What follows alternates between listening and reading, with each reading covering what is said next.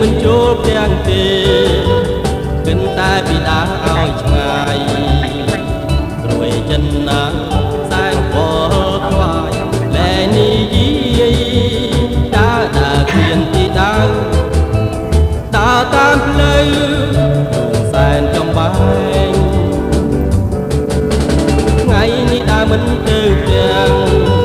ហេតុអ្វីបានជាមិនទៅរឿងដែលហួងហោហាដូចផ្សែងនៃស្នេហានាំឲ្យគិនវងវែង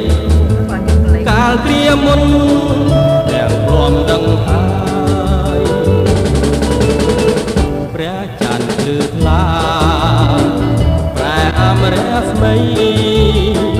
តារាទេដារ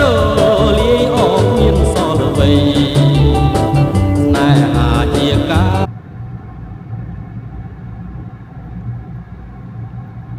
ដូចជាកាត់តាមផ្ទះអូនទៀតហ៎ដូចជាកាត់តាមថៃទៀតអត់ទេទៅវិញទៅចេញទៅតាមរៀមទេតាកូនចេញទៅតាមស្មាច់ដៃទៅដល់ជិះទៅផ្លេចជាលេខ4វត្តឆ្ងាយទៅមានតែវត្តនេះចាអីវត្តហ្នឹងកាលអត់ទាន់ធ្វើឲ្យស្អាតរំធ្វើឲ្យទៀតនឹងស្អាតយ៉ាងណា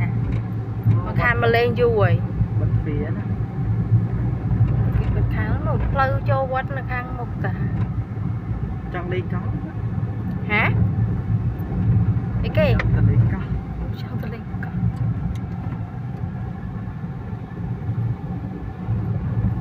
ទៅចូលទៅដល់ហ្នឹងយើងទៅចង់ទៅអប្រាហ្នឹង